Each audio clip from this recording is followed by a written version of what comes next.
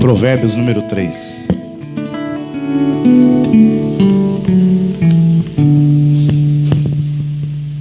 Glória a Deus.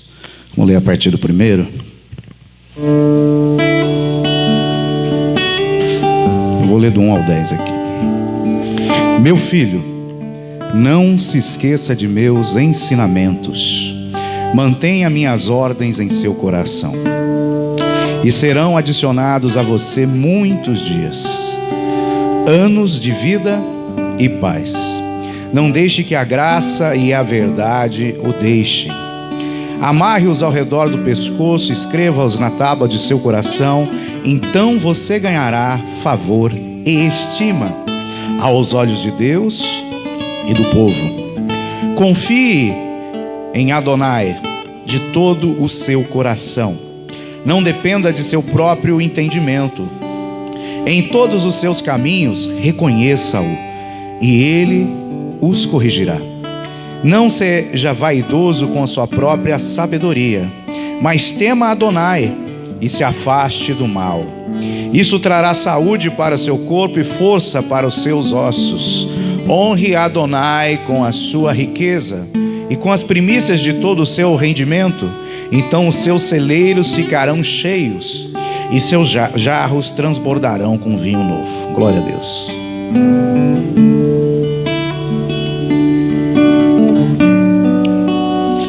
Vamos lá. Provérbios.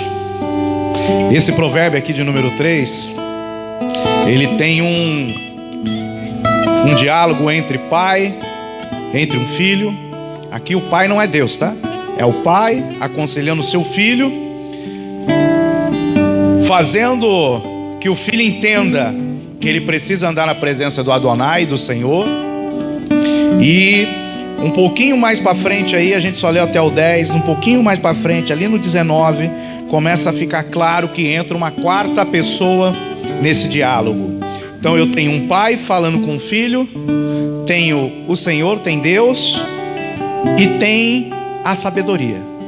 A sabedoria é a quarta pessoa que entra nesse diálogo aqui. Então, se a gente for ler, for meditar nesses versículos, eu preciso ter esses quatro aspectos, ver esses quatro pontos de vista: de um pai, de um filho, do Senhor e da sabedoria. Sabedoria é uma pessoa. Lá em Provérbios 8, ele deixa bem claro que a sabedoria é uma pessoa. Essa pessoa é Jesus Cristo. Mas aqui lá no 19 você já começa a entender que a sabedoria é uma pessoa. Então ele começa aqui no primeiro versículo: meu filho, é dever do pai orientar o filho. É dever do pai ensinar o filho o que ele tem que fazer, como que ele tem que fazer, para ele não quebrar a cara. É dever do pai dar uma direção para o filho. Então muitas vezes a gente até consegue ganhar uma pessoa para Deus, traz essa pessoa para a igreja. Quando você ganha uma pessoa para Deus, quando você traz ela para a casa do Senhor, você se torna pai ou mãe espiritual dela. E o pai, ele simplesmente não pode abandonar. Tem gente que gosta, ganha alma e leva, vou levar lá para uma igreja para eles cuidar. Agora ganhei, vou levar para outro cuidar. Ela mesma não cuida. Ou seja, é um pai que gera filho e dá para os outros cuidar. Isso é um pouquinho complicado. Então a gente tem que entender que Jesus deixou uma responsabilidade. Você prega o evangelho, você ganha a alma, você batiza ela, mas você vai discipular, você vai cuidar, você vai ser o pai dela, você vai ser a mãe dela. Então o pai tem esse dever, tem essa obrigação. E Deus, na figura de pai, ele deixou algumas instruções, alguns mandamentos, alguma direção para a nossa vida, que é esse livrinho preto aqui. Então o pai, ele deixa esse exemplo, ele nos dá uma direção. E na nossa vida aqui nesse mundo, quando nós temos um filho físico ou espiritual, nós precisamos dar uma direção para ele. Porque se a gente não der direção, o diabo dá. Se a gente não der direção, o amigo ali na esquina vai dar a direção para ele.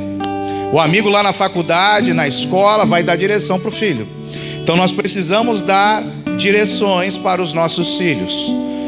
Muitas vezes a gente fica convidando uma pessoa para vir para a igreja, aí a pessoa parece que fica meio aborrecida de tanto que você está convidando. Aí você já vou parar de incomodar isso. Para de incomodar, que o diabo vai lá e abraça ela. É assim que funciona. Você tem que ficar em cima. A Bíblia fala que nós temos que perseverar, nós temos que chorar, temos que jejuar, temos que pagar um preço para que essa alma seja tocada. Por quê? Por que é difícil você ganhar uma alma para Deus? Por que é difícil você conseguir convidar, fica insistindo em essa pessoa vir para a igreja? Por que é difícil? Porque isso é um processo de geração. Quando a mulher vai ter um filho, ela passa um processo, são 9 meses ali. Às vezes tem dor, às vezes tem dificuldade, às vezes dá algum problema ali na saúde, aí você tem que ficar ajustando as coisas, né? Tem mal-estar. Quando chega perto então da criança nascer, aí começam as dores de parto. É a mesma coisa para se ganhar uma alma para Cristo. Ah, só que começou, deu ânsia de vômito, não quero mais esse filho. Tem gente que é assim, não quer mais nem saber, não quer pagar um preço para gerar uma pessoa para Cristo. Então nós temos que entender que quando esse pai está falando com o filho, ele está dando uma direção para um filho que ele gerou. É para um filho que ele gerou, que custou, teve custo para gerar o filho, teve dores, teve tempo, teve muito investimento para que esse filho fosse gerado. Depois que esse filho é gerado, aí ele começa a dar direção. Ele vai dando a direção. E aqui esse filho, ele já está numa idade ali de pré-adolescente, adolescente, jovem, está começando a ter um contato com a vida. Porque você vai analisando o livro de Provérbios, você vai ver que são aconselhamentos para jovens. Jovens. Salomão, ele escreve Provérbios, a maioria deles. Salomão escreve Cantares. Salomão escreve Eclesiastes. Nos Salmos são alguns que são direcionados para ele. Mas esses 3 livros, preponderantemente, foi ele que escreveu. Basicamente, o seu total do conteúdo aí. Quando ele escreve Cantares, eu creio que esse foi o primeiro livro, ele está vivendo, ele acabou, Deus, põe teu filho Salomão para reinar Davi. Ok, meu filho, é tu que vai reinar. É contigo agora, segura a bola. O que ele vai fazer? Ele vai subir monte, ele vai orar, ele vai jejuar, ele vai ofertar para atrair a glória de Deus. Quando ele atrai a glória de Deus, Deus chega e fala para ele: o que tu quer, meu filho? Eu quero sabedoria para reinar. Até aí ele começou bem. Com essa sabedoria, ele começa a fazer alianças, ele começa a expandir o reino, ele estabelece a paz. A sabedoria traz paz. Nós vamos ver aqui, está escrito aí no texto. Ele traz paz, ele traz vida, ele muda sentenças com a sabedoria. Porém, ele comete um erro já no princípio do seu reinado. Ele vai e ele começa a fazer alianças, e a aliança que ele faz com outros povos para haver paz na terra é casando com mulheres estrangeiras. Aquilo que Deus falou para o povo não fazer, ele foi e fez. Aí, nesse período, antes dele casar, ele começa a namorar. O namorar aqui na Bíblia é olhar de longe, não é nem segurar na mão. Ele começa a olhar uma mulher, ele começa a conversar com ela, e ali vai se fazendo um relacionamento, até que esse relacionamento ali se firme, eles se casem. E esse é o livro de Cantares. É esse momento da vida de Salomão. Aí depois Salomão começa a ter filhos e entende que tem que dar uma direção para os filhos, porque esse é o modelo de Deus para conosco. Deus nos faz filhos dele e nos dá uma direção. Se você não tem uma direção, você está perdido como filho de Deus. Tem que ter uma direção de Deus. E ele vem e escreve Provérbios para dar direção para os filhos. E na Bíblia tem 2 livros, um livro e uma carta, né? Os teólogos de plantão, que é muito forte, vem cravado, escrito isso já no primeiro capítulo, é Provérbios e Apocalipse. Ele fala assim, guarda, decora as palavras que estão escritas aqui. Lá em Apocalipse ele fala para te dar um alerta, para colocar temor no seu coração, para você entender a misericórdia e o juízo de Deus. É para isso que ele fala. Então um livro que você tiver que decorar, decora é Apocalipse. Está escrito, ele está mandando lá. Aqui em Provérbios é a mesma coisa. Ele fala, esse livro de Provérbios Se tiver que decorar, decora, porque eles são conselhos para a vida dos jovens. Lembra quem é jovem? Jovem é aquele que venceu o maligno. Não venceu o diabo ainda, é criança na fé. Ah, já venci o diabo, sou jovem. Que bom, só vai virar pai quando ganhar a alma e começar a cuidar da direção para o filho.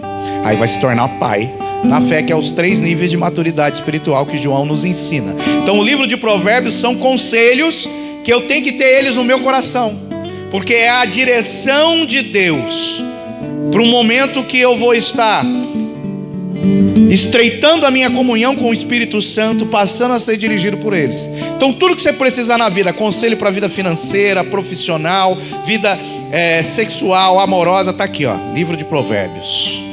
Tudo, conselho para fama, para sucesso, está tudo aqui no livro de Provérbios. Então a gente vê que esse pai, ele deixa esses ensinamentos para o filho, dando uma direção. Só que todo filho e todo brasileiro tem um pequeno problema, que esquece as coisas, mas esquece muito, né? Você faz alguma coisa aqui, daqui 2 semanas já esqueceu. Aconteceu uma catástrofe, uma tragédia, passou 1 ano, você já esqueceu, nem lembra mais daquilo. Só que tem um princípio na Bíblia que os profetas, os salmistas, eles batem muito forte, que nós temos que nos lembrar dos feitos do Senhor. Nós temos que nos lembrar dos mandamentos do Senhor. Por que tem que lembrar? Porque esquece. Nós temos que nos lembrar porque nós esquecemos dos mandamentos. Muitas vezes você esquece promessas que Deus te fez. Ah, Deus fez uma promessa para mim há 10 anos atrás. Você não lembra. Você vai lembrar disso em algum momento, quando acontecer alguma coisa, quando alguém te lembrar. Ontem aqui a gente fez a vigília. Eu fui em casa, já voltei, que 8 horas da manhã o eletricista estava aqui, né? Aí ficamos aqui o dia inteiro, até 7 horas da noite aqui. Depois foi e voltou só para o culto. Durante esse meio tempo eu recebi uma ligação. E essa pessoa pegou e falou para mim: ó, você está esquecendo de uma promessa. Aí ela me lembrou de uma promessa de Deus, que nem eu lembrava. Aí para não ficar só uma, ela já me lembrou de 3. Já, na lata, pá. Falei, opa. Aí quando você lembra das promessas de Deus e você se firma nela, tudo que está de ruim vai embora. É tristeza, é depressão, são notícias ruins que chegam, todas as circunstâncias que se levantam para te derrubar, para te entristecer. Quando você lembra da promessa de Deus, parece que você é fortalecido. Então ele está falando: meu filho, não se esqueça. Nós esquecemos. Paulo fala assim: não me canso de vos repetir as mesmas coisas. Sabe por quê? Porque vocês esquecem. Então, mas pastor, você só prega sobre isso, você só fala isso. É porque você esquece. E aquilo que está mais martelando na sua cabeça é o que fica mais fresco. Que martelou na cabeça, desce para o coração. Desceu no coração, pronto, acabou, morreu. Você não peca mais, vai embora. Então ele fala: não se esqueça de meus ensinamentos, de meus mandamentos. Filho meu, não te esqueças da minha lei. Nós precisamos entender. E nesse livro de Provérbios, ele vem dando conselhos e ele vem falando assim: eu tenho bênção para você. Aqui ele fala: eu tenho bênção, receba aí, vê se você quer. Tem bênção, tem bênção. Então ele faz uma condicional. Ele fala: ó, faça isso que tem bênção, faça aquilo que tem bênção. Não é simplesmente recebe aí, vai, segura, pula. Não, se você fizer isso, você vai receber bênção. E ele, nesse primeiro versículo, ele já vem com bênção assim maravilhosa. Ele fala: não se esqueça de meus ensinamentos, mantenha minhas ordens em seu coração. Não, pode voltar. Ou o teu coração guarde os meus mandamentos. E interessante que eu tô com uma versão aqui que é um pouquinho diferente, que é a Bíblia judaica. Presta atenção, ó. Não se esqueça dos meus ensinamentos. Teoricamente, ó, ele está falando da sua mente. Por quê? Porque o diabo, ele ataca, ele cega o seu entendimento. Paulo fala, ó, levai à força, levai cativo os seus pensamentos a Cristo. Porque o diabo, ele vai fazer de tudo para colocar tanta coisa na sua cabeça, para você se esquecer de Deus. Ele vai colocar tanta coisa que você vai esquecer das promessas. É assim, você tem promessa de Deus? lista ela no papel. Ó, eu tenho 5 promessas aqui, ó. 5 que ainda não se cumpriram. Tum, tum, tum, tum. Todo dia acordou, lê. Deus tem essa promessa para minha vida. Deus tem essa promessa, tem essa, tem essa. Na vigília aqui a gente pregou Isaías 62, nós falamos, está lá o texto. O Senhor colocou vigia sobre o muro para orar em 24 horas sem cessar. E qual é a oração que eles fazem? Oh, Senhor, me dá um carro. Oh, Senhor, abre a porta para mim. Oh, Senhor, me cura. Não.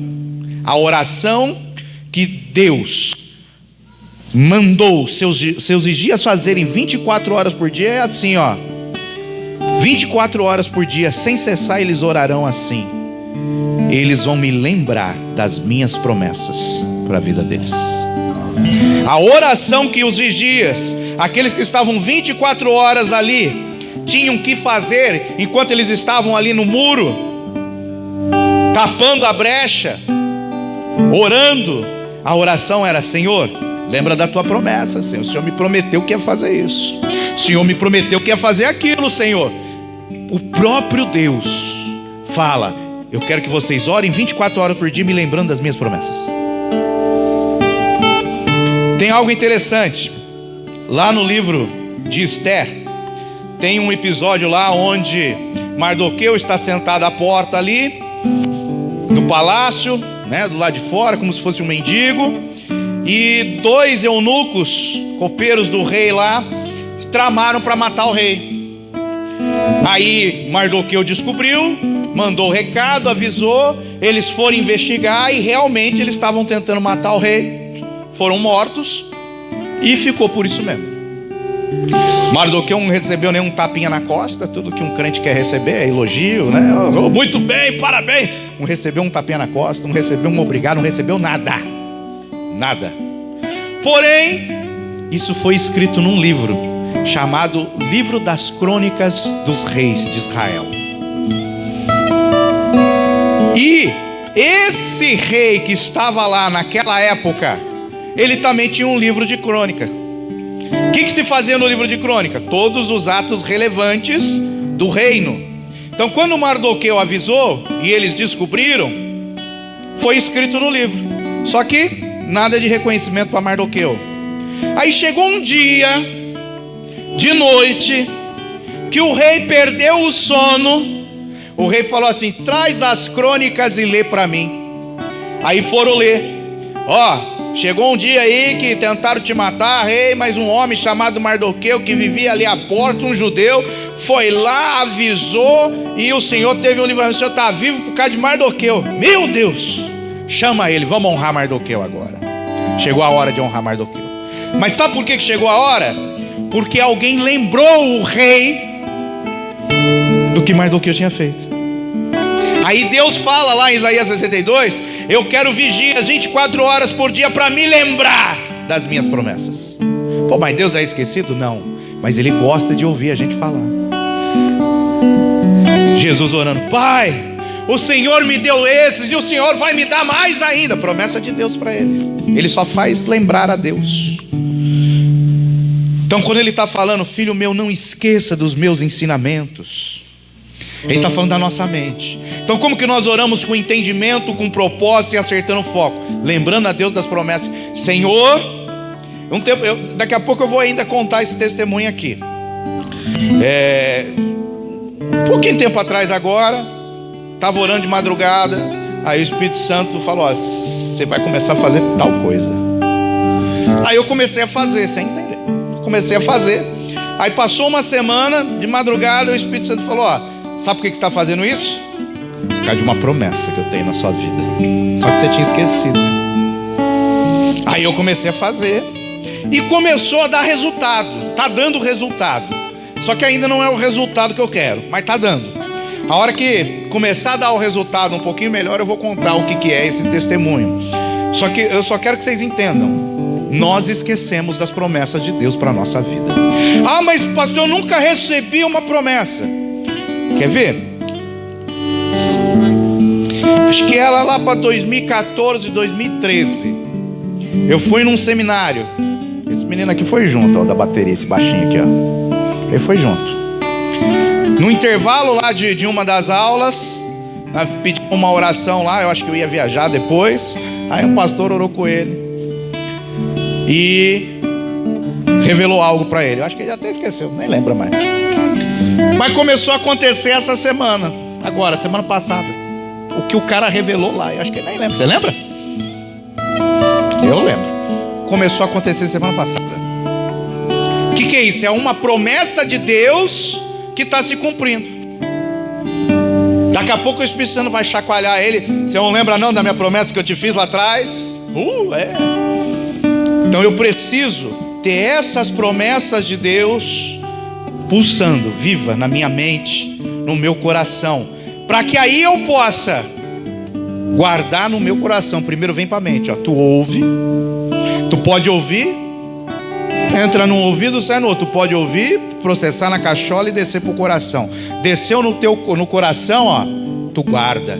Mas como que eu faço para que não entre por um ouvido e saia pelo outro? Eu tenho que ficar lembrando. Aí as irmãs mais antigas, eu tive muito contato com irmãs de oração. As irmãs mais antigas, elas costumavam falar assim, ó: depois do culto, nós vamos chegar em casa, nós vamos ruminar a palavra. Fazer que nem a vaquinha, né? Pega o mato e fica 2 horas com o matinho, ruminando. É isso aí, ó. É para você não esquecer, é para você guardar no coração. Guardando no coração, guardei a tua palavra no meu coração para não pecar contra ti. É o que Davi falou. Pode passar agora. Aí no versículo 2: se eu fizer isso, eu tenho bênção. Se. Só que o pai aqui, ele nada mais está fazendo que lembrar o filho, porque Deus fez essa promessa. Vou chutar aí uns 15, 18 livros para trás aí na Bíblia. Se você for lá em Êxodo capítulo 20, você vai ver essa promessa aí. O pai só está lembrando: filho, não te esqueças. Ó, uma promessa que Deus fez para o teu povo: honra teu pai e tua mãe, para que os teus dias na terra se prolonguem e tudo te vá bem. Está lá em Êxodo capítulo 20. É o primeiro mandamento com promessa. E o pai, ele começa aqui a ensinar o filho: ó, não se esqueça, lembra lá de trás, porque tem promessa. Porque, ó, eles aumentam. Se você se lembrar, guardar no coração a palavra de Deus, isso vai aumentar os teus dias na terra. Isso vai aumentar os teus, vai prolongar. Aqui na minha tradução ele fala diferente, né? E serão adicionados a você muitos dias, anos de vida e paz. Quer viver mais aqui nessa terra? Lembra, não se esqueça, guarda no coração. Mas o que? Honra teu pai e tua mãe. Êxodo 20, está lá. Quando você começar a honrar teus pais espirituais, físico, biológico, tudo bonitinho, vai te aumentar os dias. Mas você tem que lembrar de honrar o pai e a mãe. Tem que lembrar de honrar o pai e a mãe espiritual. Tem que lembrar. Se você não lembrar, você não vai ter isso. Tem um pastor, ele é profeta.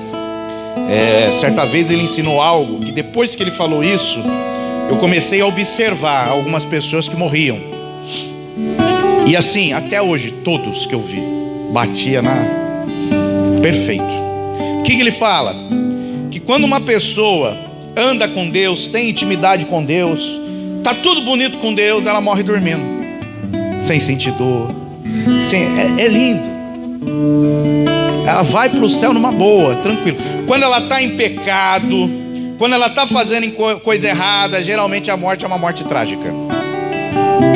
E eu já vi algumas pessoas, eu já conheci pessoa que morreu assim tragicamente, nova.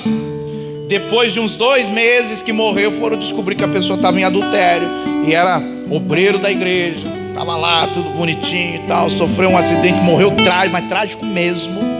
Aí foi descobrir que estava em adultério. Vários casos eu já vi assim. Então, para que eu possa ter os meus dias acrescentados, viver mais e viver em paz, eu tenho que me lembrar das promessas, guardar ela no meu coração. Aqui ele se refere a Êxodo 20 também. Só que aqui ele tem coisa interessante. Ele fala para essa vida, ele fala aqui do mundo físico, ele fala do mundo espiritual. Então, para que eu possa viver mais aqui na terra, vai acrescentar meus dias aqui. Só que um é viver de qualquer jeito. Eu vou viver tendo paz. Tem gente que vive no inferno. É o inferno dentro de casa, é o inferno em volta de casa, é inferno com os vizinhos, é inferno no local de trabalho, é inferno tudo quanto é lado. Não, se você se lembrar dos ensinamentos, das promessas, dos mandamentos de Deus, guardar eles no seu coração e ficar lembrando Deus dessas promessas, você vai ter muitos dias de vida aqui nessa terra e você vai viver em paz. E isso também é espiritual, porque se você fizer isso, aqui nessa tradução ele fala, porque eles aumentarão teus dias e te acrescentarão anos. Por que está usando dia e ano? Por que um usou só dia? Por que um usou só, vão te acrescentar muitos anos? Ou vão te acrescentar muitos dias? Por que ele está usando 2? Porque na Bíblia a gente tem algo muito forte com essa questão de dia e ano.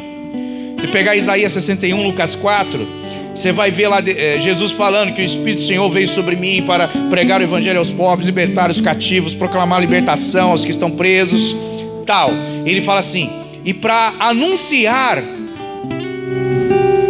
o ano da graça e o dia do Senhor. Ué, tem ano e tem dia. Aqui tem dia e tem ano. Concorda que dia é um pouquinho menos que ano? Então ele está usando 2 palavrinhas que expressam aí uma quantidade de tempo, uma menor e outra maior. Por quê? Porque o dia do juízo do Senhor vai ser quando Jesus Cristo vier julgar aqui a terra. A gente já vai ter ido, já vai ter voltado com ele aqui para a terra para estabelecer o juízo, e ele vai vir trazer o julgamento, a ira do Cordeiro, como diz Apocalipse 6. Esse é o dia, porque vai ser rápido. Agora o ano, ele fala do ano da graça. O ano dura, já está durando 2000 anos o ano da graça aí, que começou quando Jesus morreu na cruz. Começou o ano da graça e está a igreja.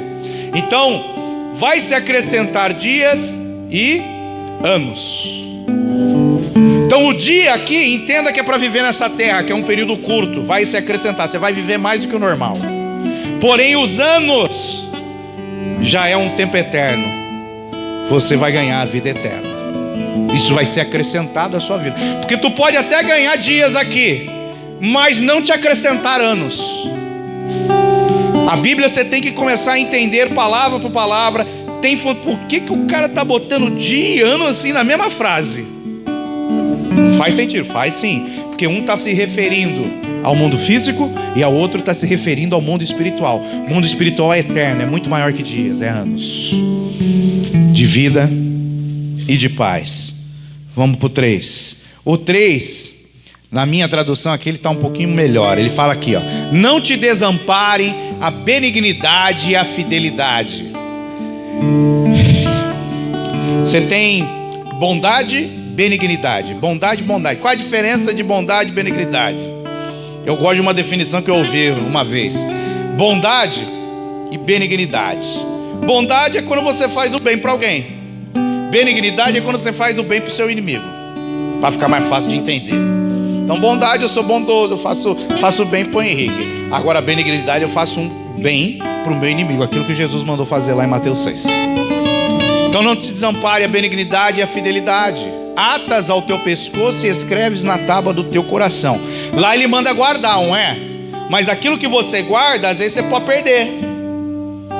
Eu vou procurar alguma coisa em casa, sumiu. Cadê? Eliette botou em algum canto. Mesmo que estava guardado, alguém tirou, sumiu. Quando você guarda, ainda assim você pode perder. Agora, se você escrever no seu coração, só se arrancar em teu coração.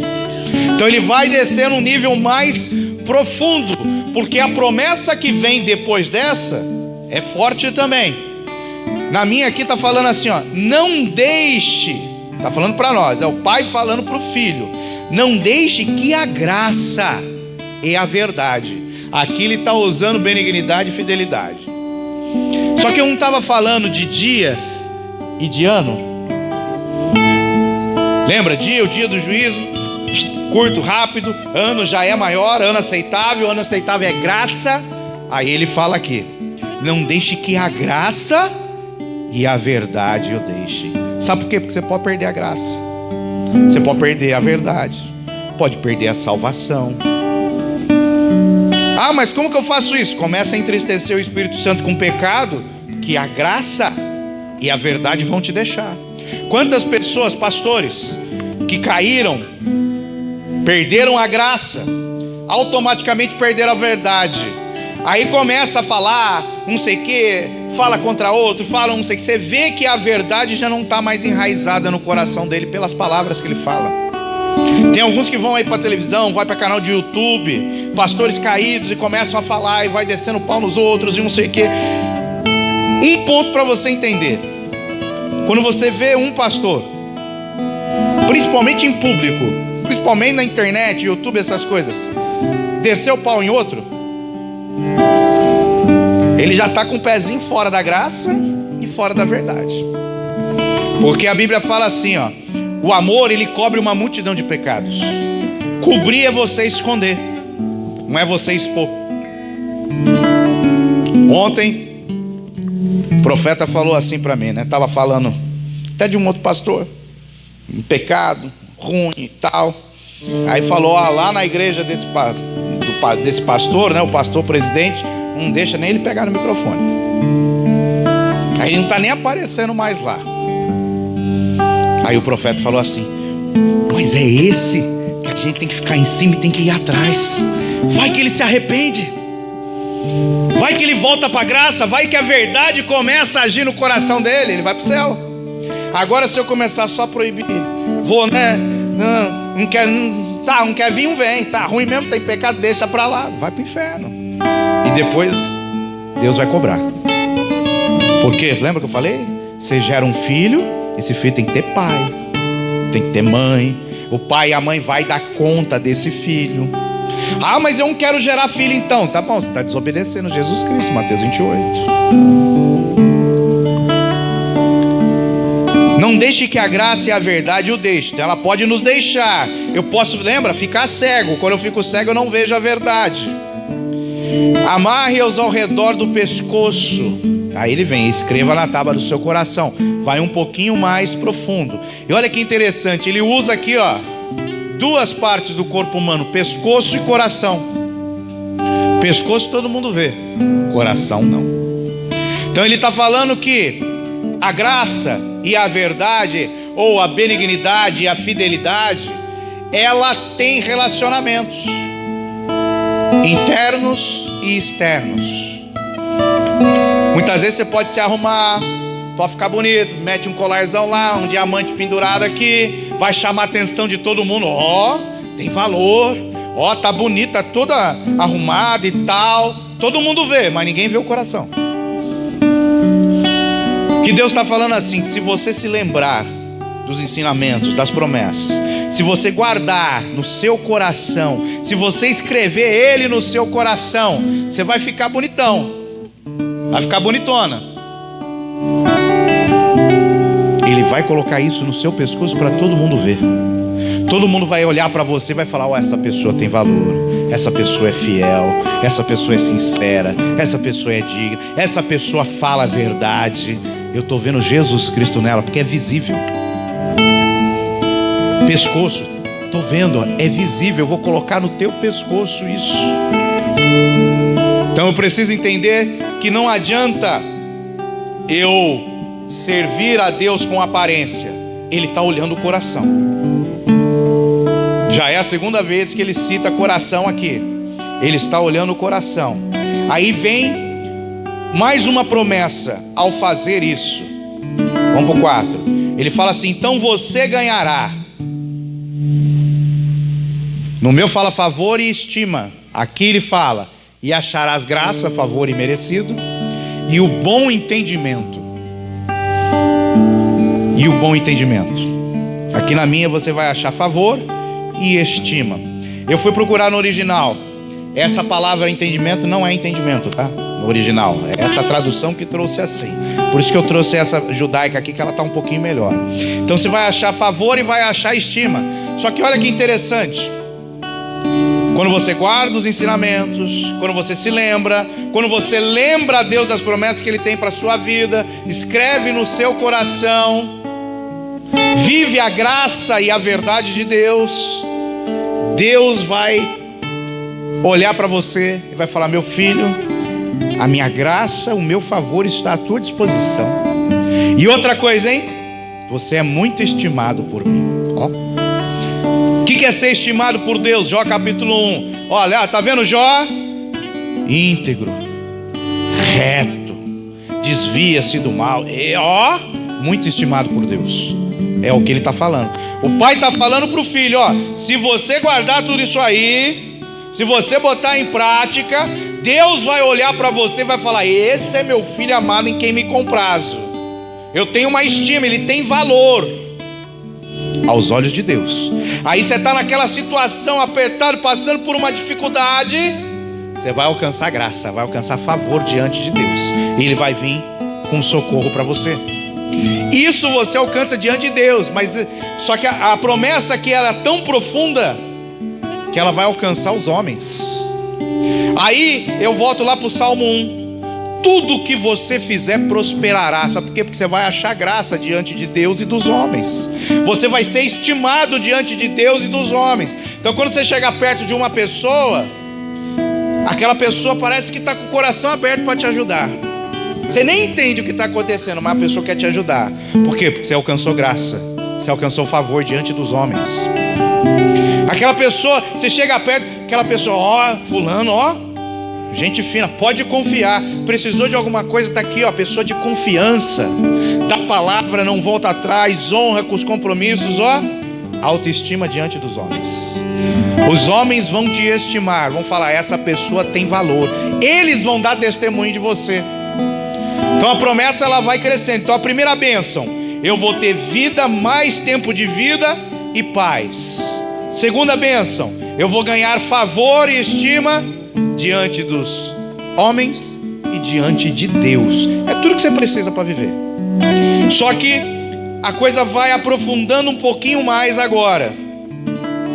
No 5, ele vem e fala assim, ó: confie no Senhor, confie em Adonai de todo o seu coração. 5. Confia no Senhor de todo o teu coração. Confia no Senhor. Éden, Deus vira para Adão, fala: Adão, não coma do fruto da árvore do conhecimento do bem e do mal que está no meio do jardim.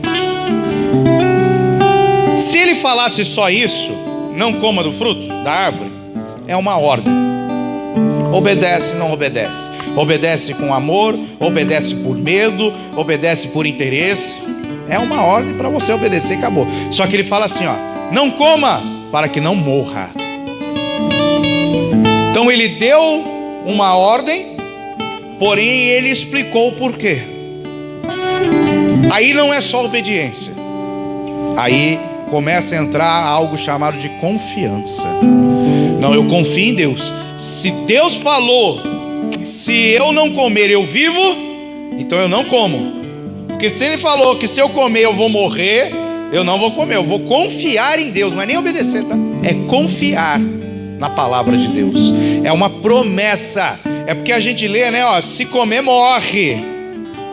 Lembra? A Bíblia você vai analisar, às vezes você tem que inverter o sentido da frase. Pá, se eu comer eu morro, ou seja, se eu não comer eu vivo. Meu filho, obedeça, aguarde para que você viva. Primeiro versículo aqui de Provérbios 3. Então é o que Deus falou para Adão: Adão, se você quiser viver eternamente, não coma. Vou confiar em Deus, não vou comer, porque eu confio na palavra dele, eu confio na promessa dele. Quando Eva foi lá e deu aquela bocanhada no fruto, ela passou a confiar no diabo e não em Deus.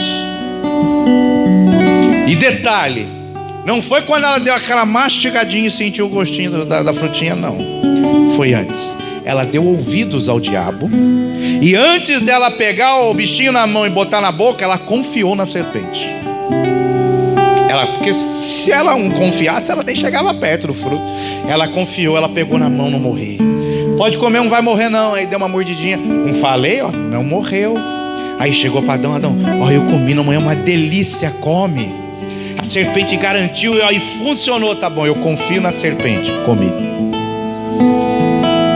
Então você confia no diabo. Quando você peca, você está confiando no diabo e não em Deus.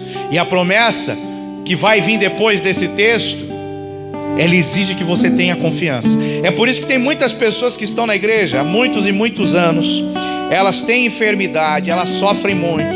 Vem pregadores, vem profetas, vem aquelas irmãs cheias da unção, ora e a pessoa não é curada nunca. É por causa disso, está aí na Bíblia. É porque não confia no Senhor. E você vai ver que a bênção que vem, a promessa que vem depois desse versículo, ela exige confiança para se cumprir. Ah, pastor, mas eu não tenho fé suficiente para ser curado. Não precisa ter fé. Fé e confiança é diferente. Quer ver? A mulher lá perdeu o marido, agora perdeu o filho morreu há 2 dias, está saindo no velório da cidade. Aí Jesus Cristo vem com uma multidão e está vindo lá o caixão com o defunto, e Jesus Cristo está indo na direção. Aí Jesus Cristo para o caixão, o cara está morto. Levanta. Morto não ouve, tá?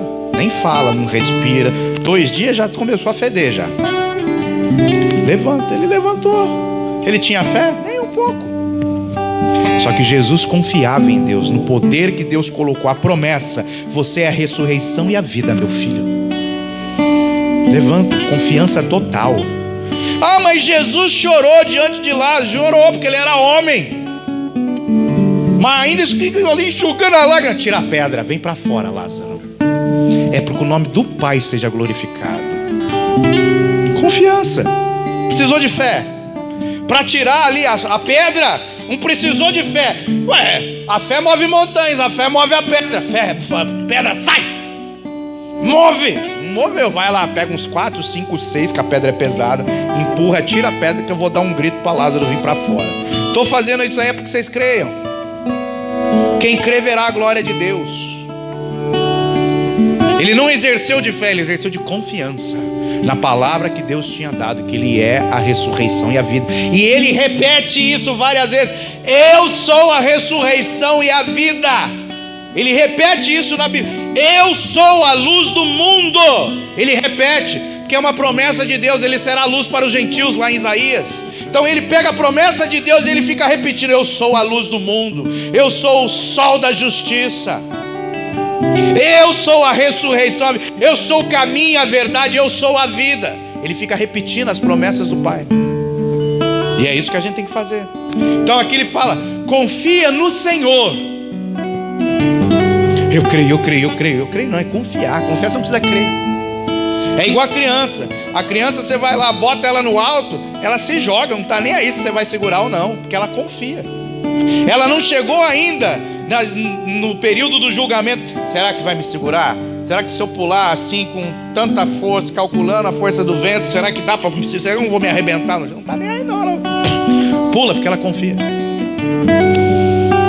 Resumindo, a hora que você começar a se jogar na presença de Deus, você vai estar demonstrando confiança para Ele.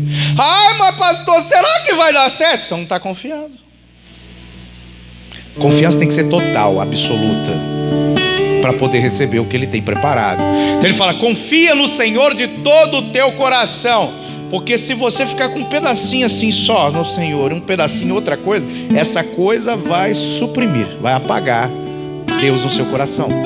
Porque Jesus fala, né, o primeiro mandamento, maior de todos: confia no Senhor Deus de todo o seu coração, com todas as suas forças, todo o seu entendimento. Confia nele. Ame ao Senhor teu Deus de todo o teu coração. Não pode ter um pedacinho aqui, um pedacinho lá. E ele fala assim: não te estribes no teu próprio entendimento. Aqui no meu ele fala: confie no Senhor de todo o teu coração e não dependa. Ali está estribes. Não dependa de seu próprio entendimento. Não, pastor, mas eu sou muito bom, eu entendo disso, e não sei o que tem que ser assim, tal. Tá bom, aqui está falando para você não confiar, para você não depender do seu entendimento. Na obra de Deus, você não depende do seu talento, da sua qualificação, você depende de Deus. Ah, pastor, tá aqui, tá tocando, não sei o que, virou bagunça. Dependa de Deus. Porque quando você quer fazer tudo certinho, tudo dentro do seu controle, tudo bonitinho, você impede o Espírito Santo de agir. Porque Porque você não depende dele, você depende de estar no controle de todas as coisas. Não pode sair aqui da minha zona de conforto. Tem que ser assim, não pode mudar e tal. Você está escrevendo, Espírito Santo, eu te proíbo de agir na minha vida. Porque quando eu dependo, não é mais do meu jeito, não é do meu próprio entendimento. Então quando eu tenho o meu jeito, o meu próprio entendimento, eu não confio. Quando eu dependo de mim, quando eu dependo de alguém, eu não dependo de Deus. Mas eu dependo lá, como eu já ouvi aqui. Eu dependo que tal pessoa continue me mandando dinheiro, que senão vai acabar tudo, eu vou morrer, vou passar fome. Eu dependo de tal pessoa. Se você depende, você não confia de Deus, não confia em Deus. Mas eu dependo lá do emprego, eu não posso perder. Eu não sei o que. Depende, não confia em Deus. Porque quem confia em Deus não pode depender de nada, de ninguém. Tem que confiar. Essa palavrinha todo na Bíblia, ela é, toda vez que aparece, para tudo, tá? Todo é tudo. Não é só um pedacinho, não. Não é só 0,001%, não. Todo é tudo.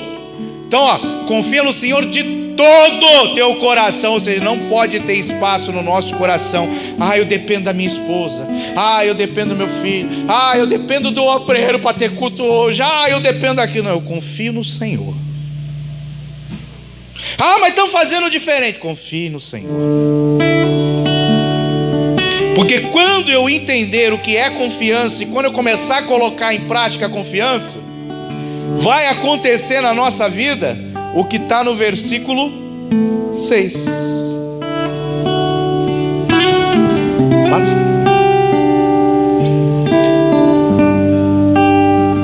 Eu confio. Como que eu demonstro que eu confio em Deus? Reconhecendo Ele em todos os meus caminhos. Tudo que acontece na minha vida, eu confio em Deus? É Deus. Tudo. Pastor, eu estou passando num deserto, num vale, numa prova, a coisa está ruim, está feia, não sei o quê. Só de você já estar contando a desgraça, você não confia em Deus.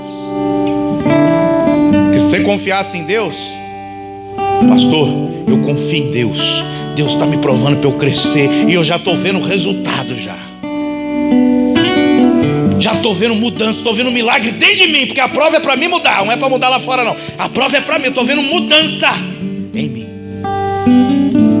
E eu confio em Deus, que Deus vai me apertar, vai me esmagar, vai me provar, até eu chegar no nível que Ele quer. Confio nele. Senhor, pode mandar mais. Fazer uma oração que eu fiz algum tempo atrás, bom tempo atrás. Fazer assim: Senhor, mostra onde eu estou errando. Mostra, Senhor, mostra. Eu fiquei vários meses orando todo dia. Senhor, mostra onde eu estou errando. Mostra o que tem que melhorar. Me corrija, me aperta, pode vir, mostra. Eu sei que eu não consigo enxergar tudo. O salmista fala isso no Salmo 139. Eu também não consigo. Me mostra. Aí vai, alguns meses orando. Aí o pastor me chama. Eu chamo depois do culto. Vai vir pancada aí e tal. Chamou. Falou: eu tô com um sonho aqui na mão. Uma irmã de oração. Os sonhos dela não falham. O negócio é sério. Tá bom, pastor, pode falar. Aí ele começou a ler o sonho. O sonho vinha mostrando um monte de erro. Pá. E o pastor todo preocupado. E eu feliz. Aí ele: foi, não está acreditando, o que está acontecendo? Não, pastor, já faz alguns meses que eu estou orando para Deus mostrar os meus erros. Aí agora Deus usou a irmã para mostrar o que eu estou pedindo para ele já há 4, 5, 6 meses. Ele ficou olhando assim. Só tem um detalhe, pastor: 90% do que ela falou, eu não fiz nada disso. 10% aí é vero, está acontecendo. 90% não tem nada. Mas a irmã não é. Eu não estou falando que ela errou. Eu estou falando que Deus está usando a irmã para me alertar de erros no futuro. Isso aí deve ter uns 9 anos já. Até hoje eu me lembro do sonho, de todos os detalhes. Porque eu pedi para Deus mostrar os erros. Eu pedi para Deus me corrigir. E Deus falou: lá na frente vai acontecer isso, hein? Eu falei: não vai não. E quase aconteceu. Quase aconteceu. Mas como você fica se lembrando das promessas, fica se lembrando dos alertas, Você não cai no erro de deixar a coisa ruim acontecer. Mas você tem que ficar se lembrando. Eu tenho um pastor que ele falava assim, recebi uma visão, alguém me entregou uma visão há 10 anos atrás. Eu tive um sonho, uma profecia 30 anos atrás. Me lembra até hoje. Aí ele falava assim, sabe por que você lembra? Que é de Deus. Quando é de Deus, você não esquece. Só que esquece, tá? A Bíblia fala, a gente esquece. Principalmente de Deus, quanto mais das coisas que Ele fala. Por isso que a gente tem que ficar lembrando. Então eu não posso me basear no que o homem fala, eu tenho que me basear no que a Bíblia fala. Ele fala, reconhece Deus em todos os teus caminhos.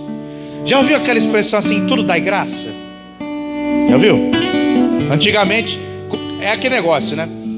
Quando eu me converti, a igreja estava numa época que era assim, tudo dá graça, deu tudo errado, dá graça, dá glória, tudo dá graça, Passou um tempo e esqueceram disso. Hoje eu nem ouço mais ninguém falando em lugar nenhum de tudo dá graça. Não ouço. Por quê? Porque você esquece. Então reconhece-o em todos os teus caminhos, ou seja, em tudo dá graça. Tudo é Deus que está ali dirigindo. E Ele endireitará as tuas veredas. Pô, pastor, essa é a promessa? Se eu reconhecer a Deus, se eu confiar em Deus, Ele vai endireitar? Vai. E olha que coisa linda. O apóstolo Paulo lá em Atos 13, o Espírito Santo fala, apartai-vos Saulo e Barnabé para a obra que eu tenho. Ou seja, vocês vão ser missionários, vocês vão andar pelo mundo ganhando almas. Oh, glória, receber a promessa. Um monte de profeta, o fogo caindo, aquele negócio lindo. Imagina que eles estavam rolando na grama lá e tal. Acabou o fogo. Aí Paulo olha para Barnabé. E agora? Falou que a gente vai pregar o evangelho, vai rodar o mundo todo, mas nós vamos para onde? Isso aí não contaram não, né? Isso aí nenhum profeta revelou para onde nós vamos. Mas Deus falou que tem que ir, então vamos. Eles foram, sem saber para onde. Eles estavam debaixo de uma palavra, de uma promessa. Vocês vão pregar o evangelho para os gentios. Ok, mas vamos para onde? Esquerda, direita? Vamos na promessa.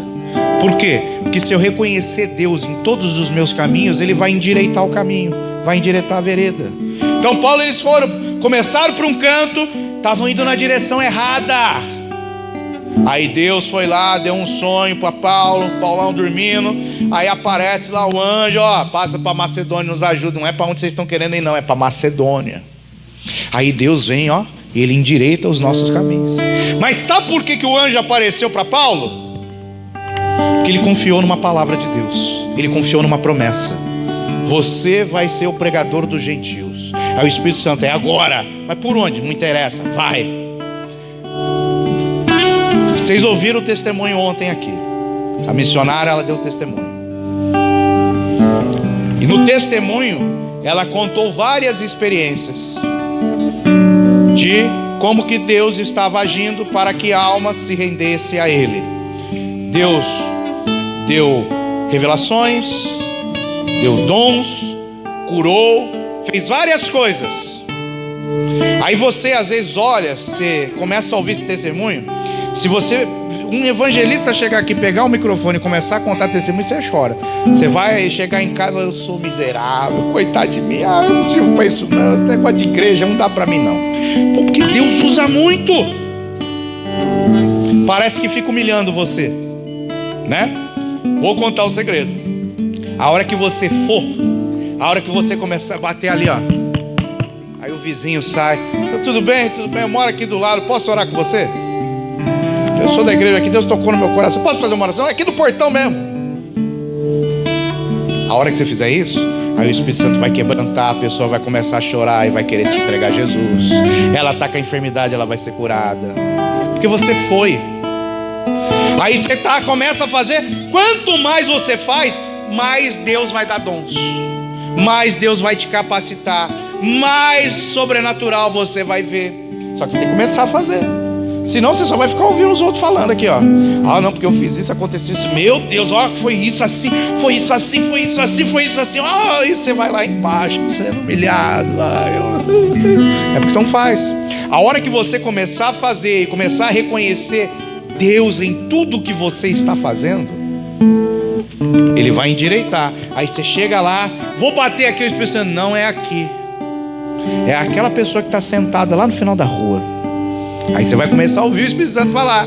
Aí em vez de bater palma na casa, você vai até aquela pessoa. Você chega ali, tudo bem? Boa tarde. A pessoa já olha chorando para você. Por quê? Porque Deus ele vai endireitar as tuas veredas. Mas só depois que você começar a andar no caminho. Só depois que você começar a fazer a vontade é que vão vir os dons, é que vai vir cura, vai vir milagre, vai vir prodígio, vai vir maravilha, que você vai começar a ouvir comandos específicos do Espírito Santo. A hora que você começar a agir. Mas enquanto você não começar a agir, você vai viver a mesma vidinha 20, 30, 50 anos.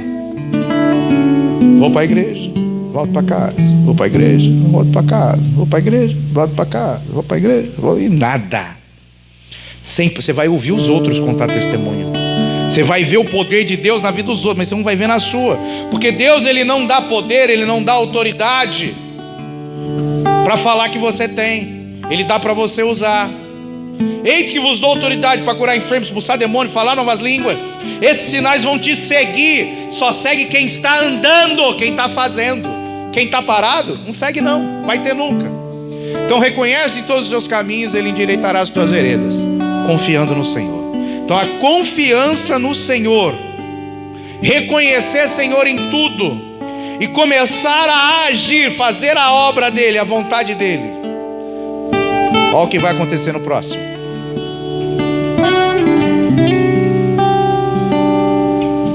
Pô, eu estou falando no próximo, é no outro ainda, é no 8. Mas vamos lá, não? Pode voltar. Não seja sábio a teus próprios olhos. Na minha tradução fala assim: não seja vaidoso com a sua própria sabedoria. Não, porque eu sei. Não, porque né? Não seja vaidoso com a sua própria sabedoria. Ou não seja sábio aos teus próprios olhos. Teme ao Senhor. Aqui ele fala, né? Teme ao Senhor e afaste-se do mal. Detalhe: o temor a Deus e o se afastar do mal. Ah, pastor, ó, eu já ouvi, tá? Pessoa saiu da droga, foi para a igreja, tá na igreja há um bom tempo, tá lá, começa a ter função dentro da igreja, pega o microfone, prega. Aí a pessoa fala: não, eu vou voltar lá, vou pregar para eles, vou tirar eles de lá como Deus me tirou, eles também vão sair.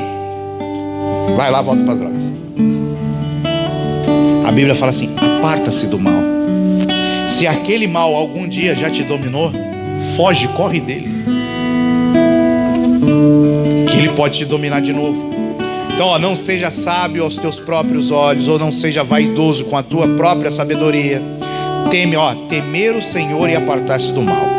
Então ele começa, né? Confia em Deus, confia, não dependa do seu próprio entendimento, anda no caminho dele, reconhece ele em tudo, não seja vaidoso com a sua sabedoria, tenha medo, tema o Senhor e afaste-se do mal. Então, ó, lembra que eu falei? Tem pessoas que não são curadas, não é por causa de fé, é porque não confia no Senhor, é porque não reconhece o Senhor em todos os seus caminhos, é porque ela não deixa Deus corrigir o seu caminho, é porque ela depende de outras coisas e não do Senhor, é porque o conhecimento, a sabedoria dela deixa ela vaidosa, deixa ela orgulhosa e soberba, e ela não teme a Deus, vive no pecado, e ela não se afasta do mal. Aí agora, quem se afasta do mal, quem teme a Deus, quem não deixa subir para a cabeça a vaidade, quem deixa Deus corrigir o seu caminho, quem reconhece Deus em tudo, dá glória a Deus, dá graça a todo tempo, quem confia no Senhor de todo o seu coração. Agora vai para o 8. Tira o friso.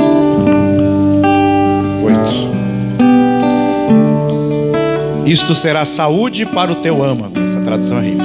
E medula para os teus ossos. Não dá nem para entender, né?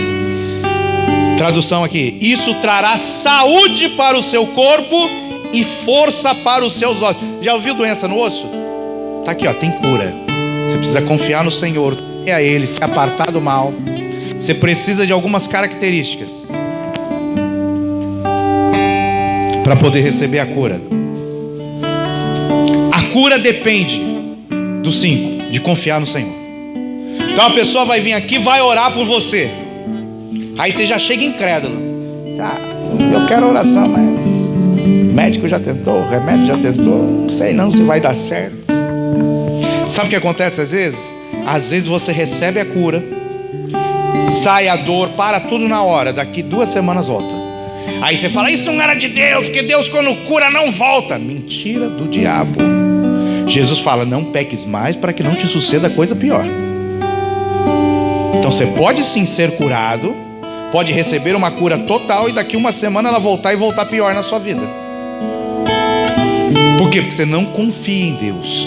E os grandes evangelistas, pessoal que ajunta multidões de pessoas, milhões, bota lá 2 milhões de pessoas na África para ouvir evangelho, milhares ali se convertem, milhares são curados, cegos vêm, mudam fala, cresce membro do corpo durante ali a jornada, ali as cruzadas. Ok, sabe o que eles falam? Eles falam assim, ó, quando você receber uma oração para ser curado de uma enfermidade, você tem que crer. Sabe o que o diabo vai fazer? Nos próximos momentos, dias, ele vai fazer que aquela dor volte para você não confiar que Deus te curou. Que aí você vai sentir a dor de novo. Um foi curado. Pronto, um foi mesmo. Ela volta. Eles ensinam isso. Então você foi curado, creia, confie no Senhor. Ah, mas confia no Senhor. Um desses caras que pregou para milhões na África, antes de começar, quando ele era jovem, ele tinha um problema no coração, que ele foi internado para morrer, perdeu muito peso, ficou só pele e osso, e ele não era crente. Aí no hospital tinha uma bibliazinha do lado da cama, ele começou a ler a Bíblia, e na Bíblia está falando que Jesus levou sobre ele todas as nossas enfermidades, e todos que chegavam até Jesus, Atos 10:38, eram curados. Ele leu aquilo. Eu vou confiar em Deus. Ele simplesmente levantou da cama e saiu do hospital. Chegou em casa, a mãe assustou, ele não estava nem conseguindo andar direito. Chegou, o que você está fazendo aqui? Jesus me curou. Não vou voltar para vou voltar. Jesus, você não está conseguindo nem ficar em pé. Jesus me curou. Eu confio em Deus. Foi o cara que ganhou aí mais de 40 milhões, sei lá quantas almas que foram, milhões de almas para Cristo. Porque ele confiou numa palavra, ele confiou numa promessa. E ele fala que os 30, 40 dias depois que ele saiu do hospital, ele sentia dor, o coração ainda estava ruim, estava tudo ruim, mas ele ficava repetindo, Jesus me curou, Jesus me curou, eu estou curado em nome de Jesus. A dor persistiu, os sintomas persistiam, até que num momento sumiu, foi embora, que ele confiou. E o diabo, ele vai tentar vir na nossa mente para a gente esquecer a promessa de Deus da cura. É o que o pai está ensinando para o filho, não te esqueças da palavra, lembra da promessa. Então se você quiser ter saúde para o seu corpo, está enfermo, quer ter saúde para o corpo, você precisa confiar no Senhor. Você quer ter força para os seus... Pastor, eu não aguento mais, eu estou muito cansado, é muita dor, é dor na perna, é dor nas costas, é dor na cabeça, é dor não sei aonde, não aguento mais. Tem gente que tem doença no osso, tem doença degenerativa. Ele está falando, o seu corpo vai ser curado, até os seus ossos vão ser curados. Qualquer tipo de enfermidade no teu corpo, se você confiar em Deus, se apartar do mal, temer ao Senhor, reconhecer Ele em tudo, então você vai ter vida, vai ter paz, você vai ter estima diante de Deus e do povo, você vai ter favor imerecido, graça de Deus, diante do povo. Deus, Ele vai corrigir os seus caminhos, e Deus vai trazer saúde para o seu corpo e força para os seus ossos. A medula aqui que ele está falando, ó, é como se fosse força, porque é a medula que está aqui na espinha que dá sustentação para tudo. Uma vez eu passei mal, eu tive um ataque epilético, minha mãe me levou para o hospital, aí foram lá e tiraram o líquido da minha espinha. Foram lá, tchum, aí fui parar num médico. Aí o médico falou, pai, que hospital que você foi? Tão doido. Você podia ter morrido. Eles não podem fazer esse procedimento. Pior que o hospital que eu fui era o hospital onde esse médico dava aula. Ele era professor e lá era um hospital universitário. Eu quase morri. Se você confiar no Senhor, você vai ter saúde no seu corpo, você vai ter força nos seus ossos. Isso é um conselho que um pai está dando. Filhão, confia em Deus. E o pai tem que ficar lembrando isso para o filho. Filho, confia em Deus. E muitas vezes a gente não tem essa figura de pai para ficar nos lembrando. Não tem uma pessoa. Sabe os mais velhos? Os mais velhos têm muita sabedoria. Quando você começa a andar com os mais velhos, começa a dar alguma coisa errada, ele já está do seu lado. Meu filho, confia em Deus, fica tranquilo, isso vai passar, vai dar certo. Já vi muitas vezes acontecer isso. Deus no final deu tudo certo. Você só precisa confiar em Deus. Isso vai passar. Pode parecer que não tem solução nenhuma. Confia em Deus que isso vai passar. Eu estou em cima de uma cama, jogado com câncer, tomado o corpo inteiro. Confia em Deus. Porque se você confiar no médico, você morre. Se você confiar no remédio, você morre. Agora, se você confiar em Deus, mesmo morrendo, você tem vida eterna. E Deus tem uma promessa. Senhor, eu confio em Ti, confio na Tua promessa. Eu sei que eu estou em cima dessa cama, mas eu vou levantar. Eu vou sair daqui, porque eu confio no Senhor. E a hora que você começar a melhorar um pouquinho, já dá para pôr o pé no chão, já sai correndo, vai embora. Porque você confia em Deus. Então, eu posso confiar ou não. Posso confiar só um pedacinho, posso confiar um pouquinho. Ou você confia tudo, 100%. Quando você começar a confiar 100%, você vai começar a ver o sobrenatural andando na tua vida. Vamos para o 9 agora. Então, o pai está dando conselho para o filho relacionados a Deus. Todo conselho que eu for dar tem que estar relacionado com a palavra. Tudo. Ah, pastor, mas você tem que conhecer a Bíblia para fazer isso. Eu já participei de discipulado onde falava de futebol, falava de não sei o que, falava de tudo, menos de Bíblia. Aí eu questionei. Aí me cortaram do discipulado. Falei, não, discipulado, eu não faço discípulo para mim, eu faço para Jesus. Ele fala que eu tenho que ensinar a guardar todos os mandamentos de Cristo. Aí agora no 9, olha que coisa linda. No 9, honre ao Senhor. Lembra que começa no 1 lá? Não se esqueça dos meus ensinamentos, mantenha as minhas ordens no seu coração e serão adicionados a vocês muitos dias de vida, muitos anos aqui sobre a terra. E isso tem referência com Êxodo 20, que é o primeiro mandamento de promessa, que ele fala assim, honra teu pai e tua mãe para que te prolongue os dias na terra. Honre o pai e a mãe. Só que aqui o pai está ensinando o filho. Aí ele fala assim, honre ao Senhor. Deus manda o homem honrar seu pai e sua mãe. O pai aqui, cheio da sabedoria, manda o filho honrar a Deus. Olha que coisa linda. Então nós vamos ensinar as pessoas a honrar a Deus, porque o meu pai me ensinou isso. Honre ao Senhor com os teus bens. Sabe o que é bem aqui? Acho que foi ontem, eu vi algo interessante.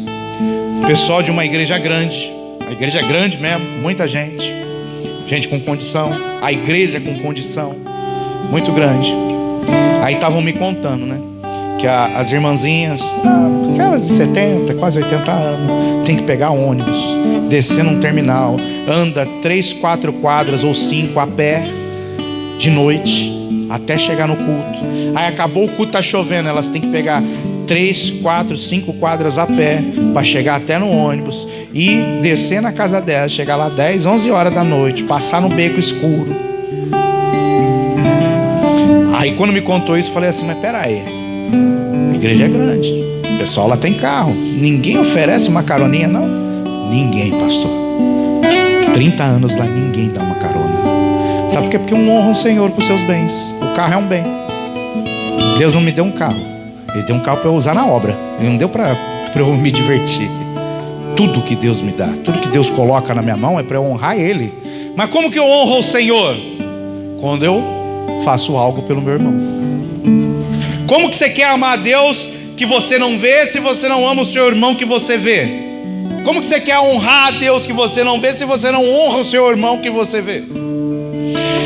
Ainda falou assim: não, pastor, tem um pessoal lá que fala assim: meu carro para ficar pegando os outros? Jamais. Eu já ouvi assim, ó. O cara, ele trabalhava muito com um viciado, ia para as praças, centro de Vila Velha e tal, para levar esses caras para a clínica de recuperação. Ele tinha um carro, só que ele me ligava: ô, vamos comigo buscar fulano lá, tal, quis ir, vamos levar ele? Aí eu ia. Fui uma vez, foi duas, foi três. Aí teve uma lá que eu não aguentei. Eu falei: vem cá, por que tu não vai com o teu carro? Minha esposa não deixa. Minha esposa não deixa que eles entrem no meu carro. Mas no meu pode? Porque não usa os bens para honrar o Senhor. E quem manda em casa é a mulher, não é nem o homem. Então a gente tem que começar a entender: pastor, eu tenho um liquidificador em casa. Faça suco para os irmãos, né, irmã Cleide? Faça suco até para o pastor, né? Glória a Deus. Você tem que honrar com todos os teus bens. Tudo que você tem. Eu tenho um computador em casa, o irmão não tem, está procurando você. Vem cá que eu vou fazer um currículo para você. Vem cá, usa aqui o computador. Você vai honrar o Senhor com todos os teus bens. Ah, eu tenho um celular aqui, irmão, está precisando ligar lá. Tá, liga do meu. Honra ao Senhor com os teus bens. É assim que você honra. Ou você vai pegar teu carro: Deus, está aqui meu carro, manda um anjo buscar e levar meu carro para o céu. É para ti, Senhor. O anjo vai ter que ser forte, vai ter que vir uns 8 aí para conseguir subir com o carro, que não vai subir não. Então você tem que usar aqui. Você tem que usar aqui para conseguir. Meu Deus, tá certo isso? Vixe. Ok, vamos parar nesse aqui. Honra ao Senhor com os teus bens. Aqui entra o princípio da primícia. O bem você já tem, é teu. Deus não está pedindo teu bem. Dá teu carro, entrega a chave que você vai ganhar um Camaro. Vai não. Ele não está pedindo teus bens. Ele está pedindo para você honrá-lo com os seus bens. Agora a primícia ele está pedindo. E com a primeira parte de todos os teus ganhos. Pastor, vendi o carro. Glória! Dízimo e primícia, tá? Pastor, vendi a casa. Pastor, eu vendi o celular velho que não funcionava mais lá. Me deram R$10 nele. Dízimo e primícia.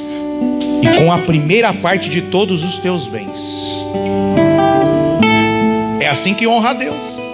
Ah, pastor, eu sou dizimista fiel, mas eu não dou primícia. Você não está honrando o Senhor.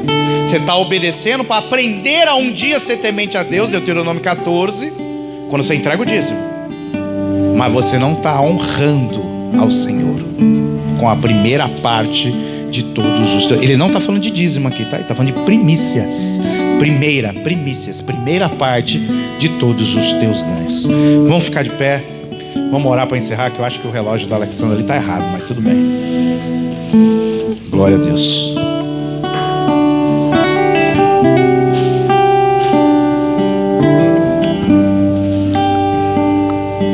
Bendito e maravilhoso, nós te adoramos.